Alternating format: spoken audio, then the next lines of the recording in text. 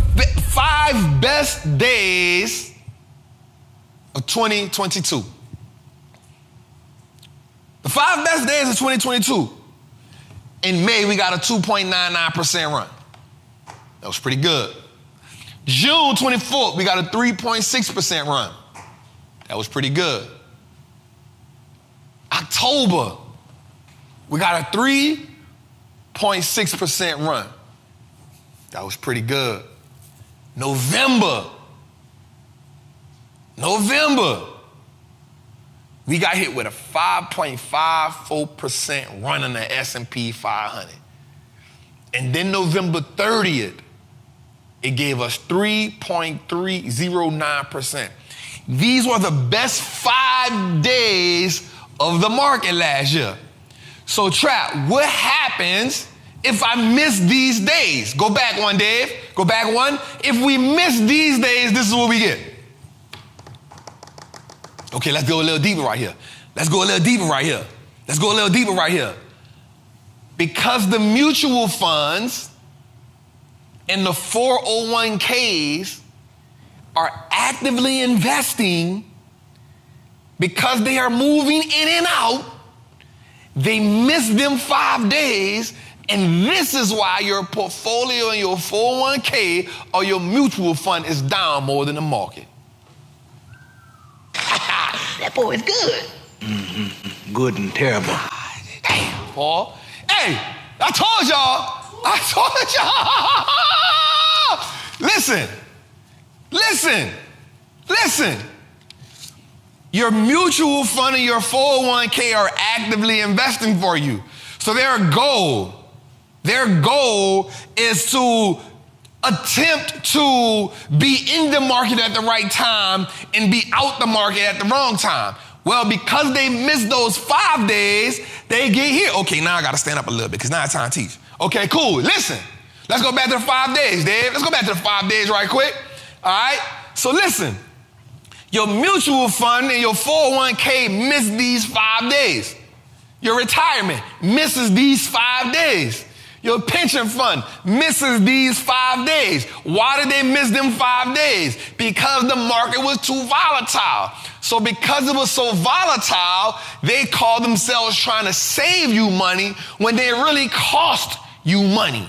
This is why I believe that you, each and every one of you, can beat your 401k, can beat your mutual fund. Now, I'm not telling you not to use that. What I'm saying is you have to learn how to do this on your own. I'm not telling you not to do that, but I am telling you to invest on your own. That's this. I'm not saying either or. I'm saying both. Not saying either or, I'm saying both. But here's what I do know. Once you learn this game and once you understand how to be in the market for these 5 or 6 days, you'll understand that you can do better with your money than anyone else. And you won't give a damn about some people matching you your money. Okay, let me sit back down. All right, let's go, man. So right here, man, Microsoft is playing a big boy game. So check this out.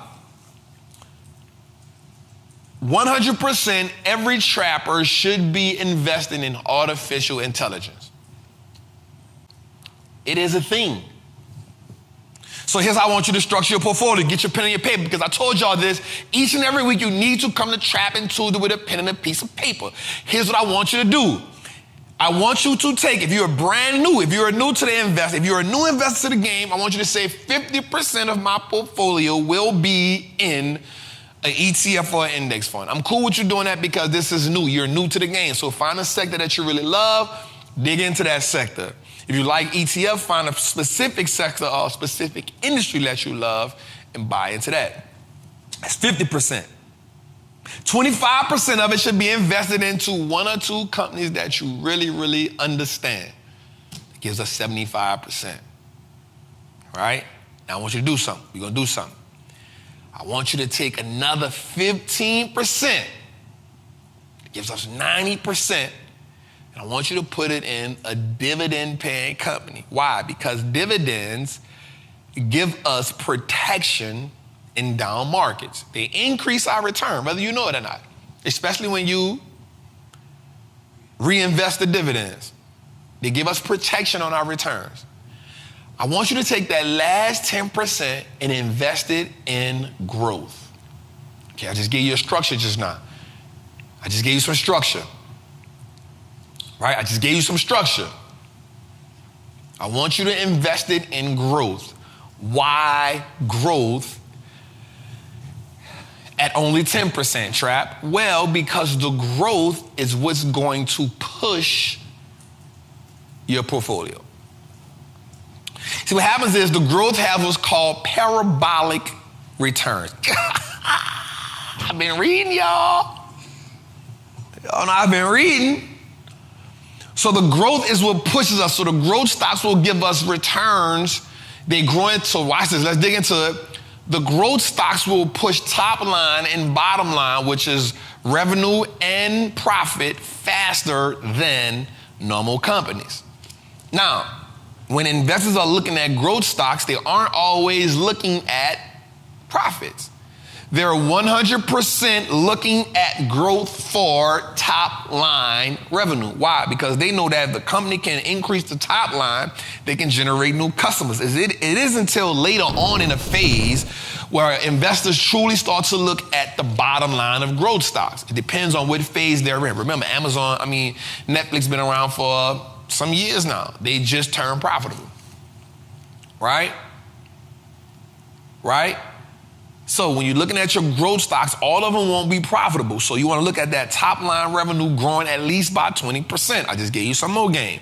So 10% of the growth, 10% of your portfolio can be in growth, and you can structure the rest of it like I just told you. Okay, shout out to the queen for the super chat. I appreciate you so much. All right, so let's talk about this, man. So Microsoft playing a big boy game. So Microsoft invests $10 billion in OpenAI. Right, this is a great investment. This company is on the come up. Now, it gives the company now a $29 billion valuation. So, but watch how this thing is set up. This is crazy. So Microsoft gets 75% of OpenAI's profit until they recoup their investment. Okay, so let's break that down. Let's take this back to the trap right here. Let's take this all the way back to the trap. All right, that's how this goes. So, if I front you something, I give it to you on consignment. We're gonna make it sound like this. I give it to you, I front it to you, I front you the work up front. Hey, here is $10 billion. All right, here's this. Watch this. I now get to get 75% of your profit. 75% of your profit until you pay me back everything I fronted you. Ooh, that's game. That's some points on the pack, Jose. Yeah. Let's run that back. Hey, that's muscle. That's muscle. That's muscle. Listen, let's talk about it again. So Microsoft gets 75% of OpenAI's profit until they recoup their $10 billion investment. Watch this. Once recouped, Microsoft and the other investors each have a 49% stake. So let's talk about it. Oh, I'm gonna keep it real, bro. I wish I could have laid this type of game in the street, yo. So after you pay me back the 75% of profits that I get until you pay me my money back, this is good. Once you pay me my $10 billion back, now I don't get 75% of the profit. I now own 49% of the company. Tell me that wasn't no bar, bro. That wasn't no bar. Listen. Watch this. Let's go a little further. Up until then, OpenAI only retains 2% of their company.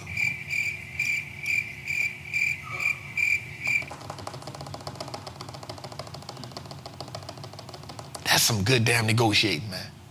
That is the type of negotiation skills that set you apart from everybody else. But I will say this. Now, so here's what has to happen. OpenAI has to make $13 billion in profit to get their 50% back in the company. All right?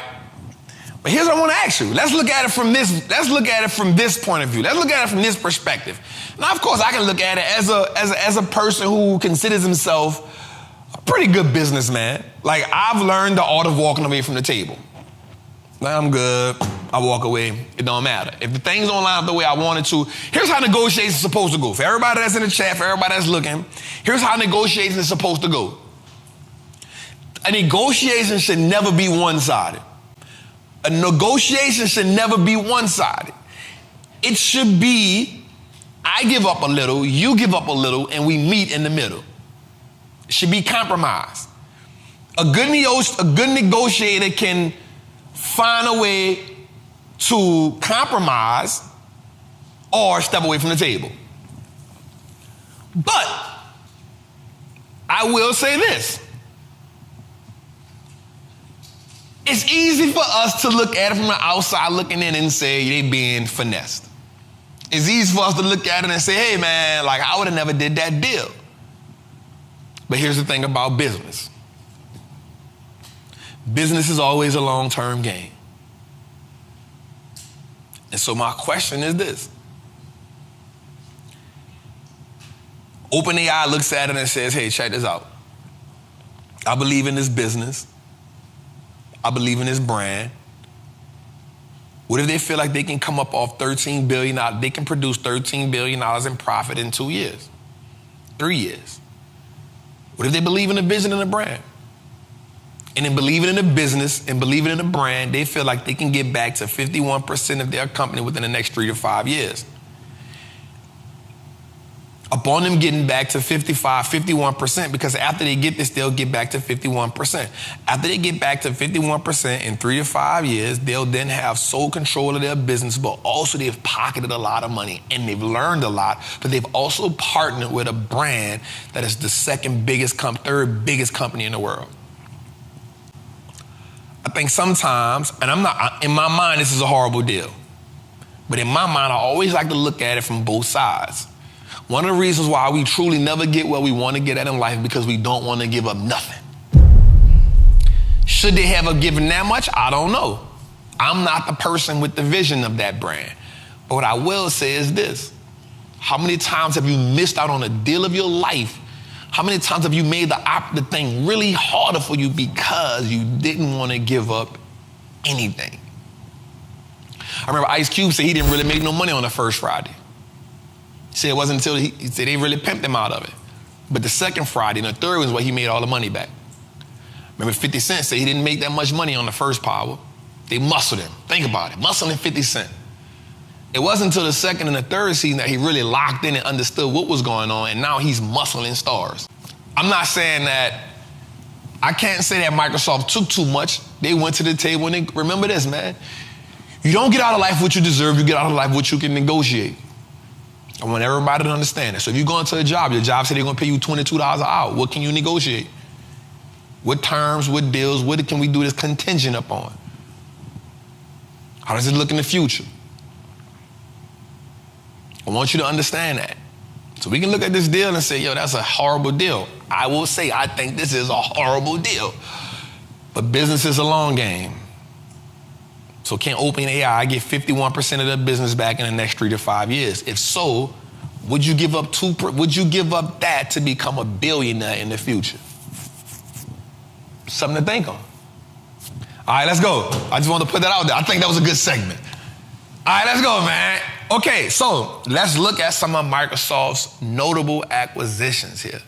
Skype, LinkedIn, GitHub, Activision Blizzard.